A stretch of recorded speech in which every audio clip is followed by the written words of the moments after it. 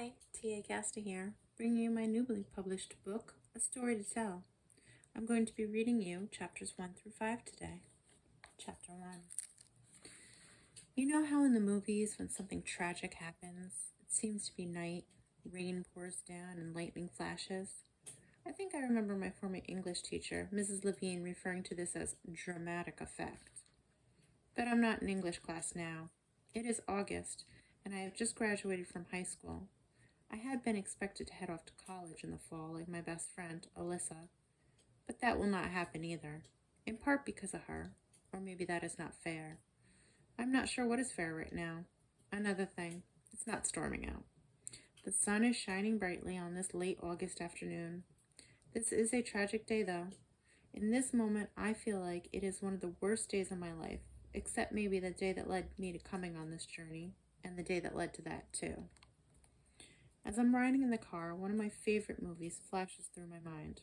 Ironically, it's called Riding in Cars with Boys, starring Drew Barrymore and the late and great Brittany Murphy. Drew's character Beverly states, "All life is 4 or 5 big days that change everything." Have I had my 4 or 5 big days already? I ponder this idea and what that would mean for me as I ride along in the car. The sun shines brightly, blindingly through the window. I close my eyes. I try to think of only the movie and not the drama that is my current life. I'm not riding in a car with boys, however. I am sitting in the front passenger seat opposite Katrina Rogers, my mother.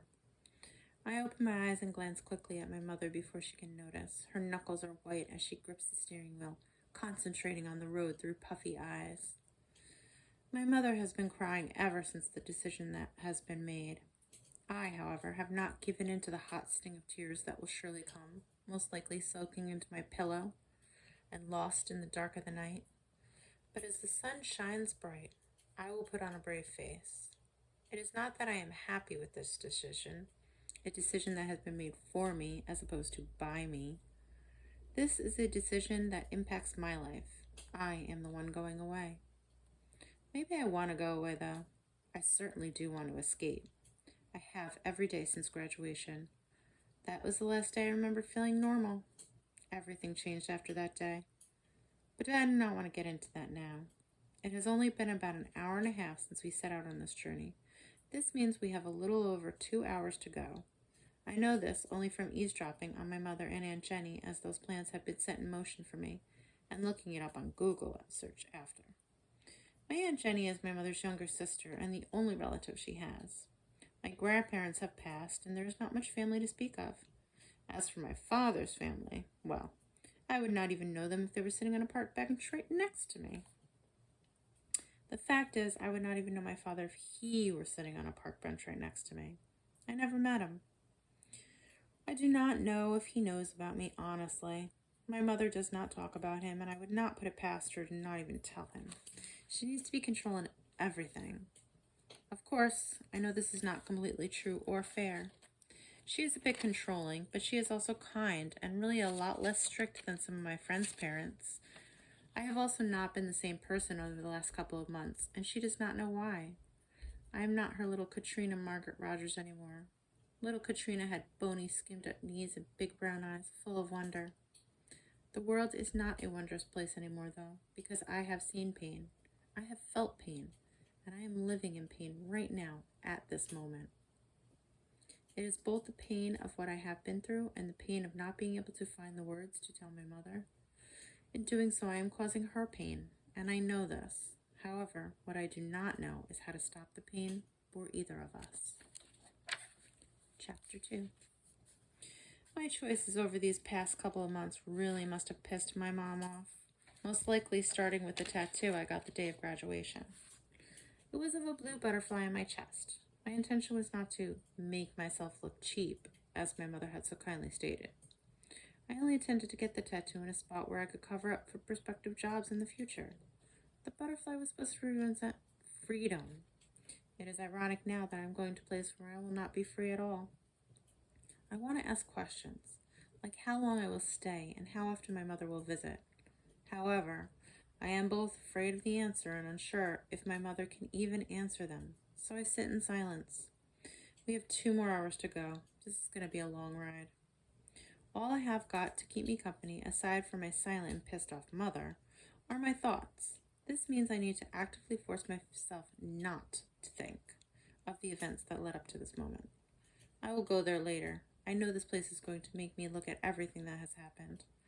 I will most likely make me look at everything since my birth on June 15th, 2001, and evaluate it. How is it possible that I am celebrating turning 17 only a couple of months ago? It feels like I have lived a lifetime since then. For now, I try not to think of everything that has changed. Everything I have known has changed. I have changed. Even my appearance has changed. I still stand at 5'3". Aside from height, everything else has gotten smaller. Even my hair has gotten smaller. My wavy brown hair that once reached down to my lower back now barely touches my shoulders. I cut my hair after graduation night. I cut it for so many reasons. As I stepped into the shower after and ran my fingers so easily through my hair, it had felt like taking some control back. Looking back, I see how foolish this was. It is, after all, just hair. I don't miss it, though. Among the things I miss most, my hair is not one of them. I closed my dark brown eyes once again, trying to shut out the thoughts that are threatening to show themselves. "So you are just going to sleep while I drive?" my mother asks, interrupting my thoughts. I have not decided if I'm happy for the interruption or not. I respond anyway. "No, Mother, the sun just got in my eyes. I am awake. This is not a punishment, you know. You need to do this."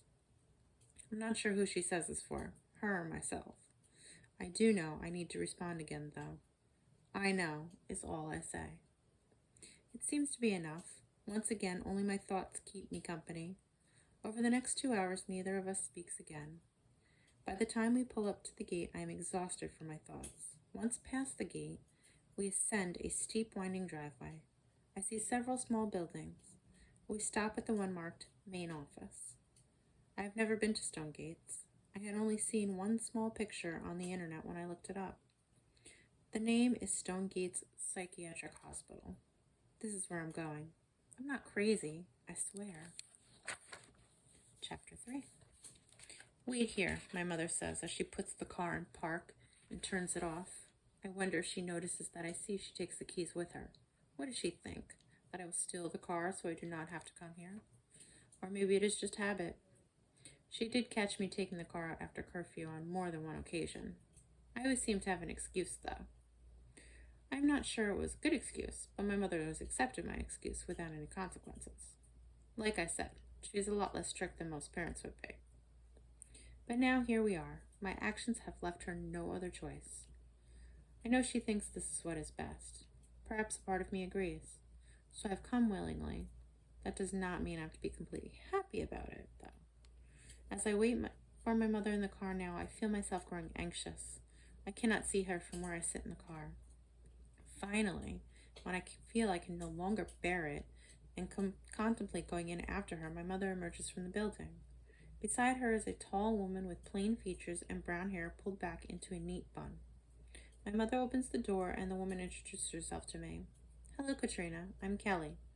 I have been waiting for your arrival. I'm going to bring you to your cabin, cabin C, and I will help you get settled in." "Sure," is all I say. I'm not trying to be rude, but I have grown anxious. It feels like all at once it has hit me. My mother will be leaving soon, without me. I offer a half smile. She seems nice, and after all, it is not her fault my life is so completely screwed up.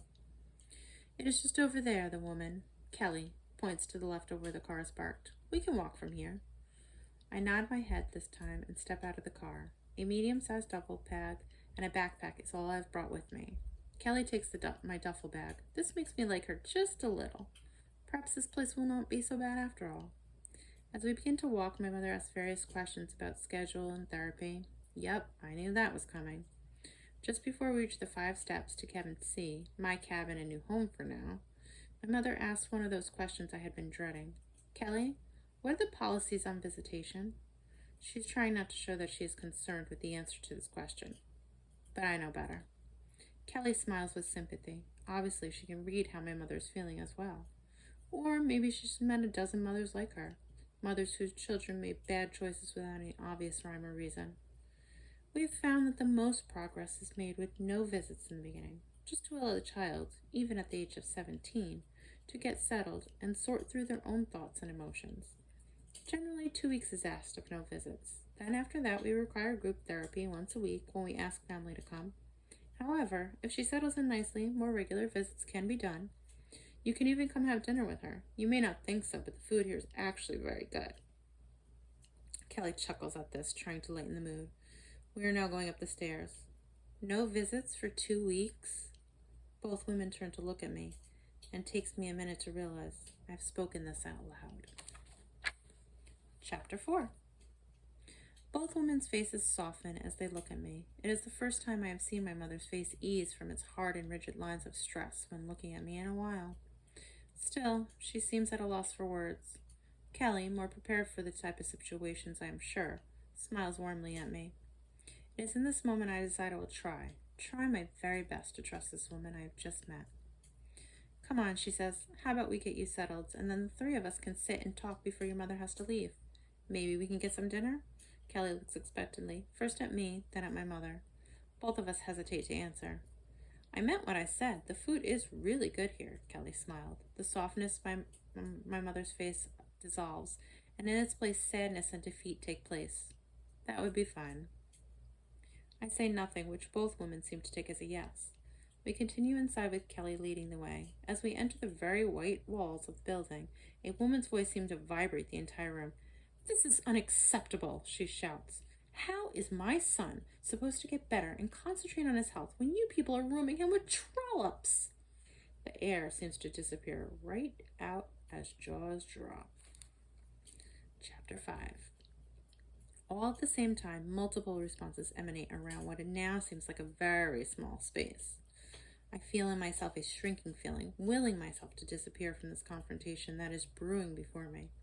My mother's eyes are wide in what appears to be both astonishment and panic as I can practically feel her second guess this place that she had decided weeks ago was the solution for her daughter, a last and only hope.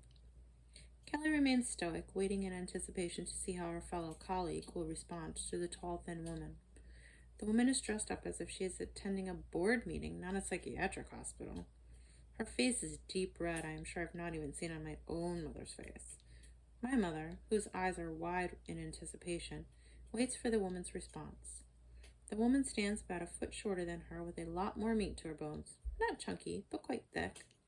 Ma'am, I can assure you that even though the girls and boys are in the same building, they sleep in separate quarters. There's also a person posted around the clock to make sure they stay in these separate quarters. Windows are permanently sealed in all bedrooms, so the only way out is past said person keeping post. The children are under 24-hour supervision and have schedules that they must adhere to.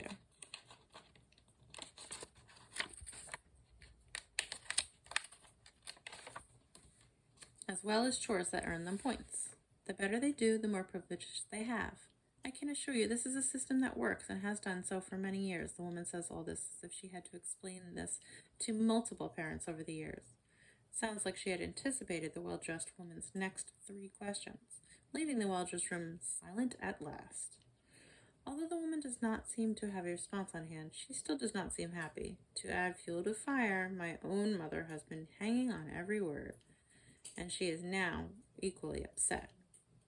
It is then that my mother steps forward to stand beside the slender woman and approach the other, and I brace myself for what happens next. Stay tuned for chapters 6 through 10. Bye for now.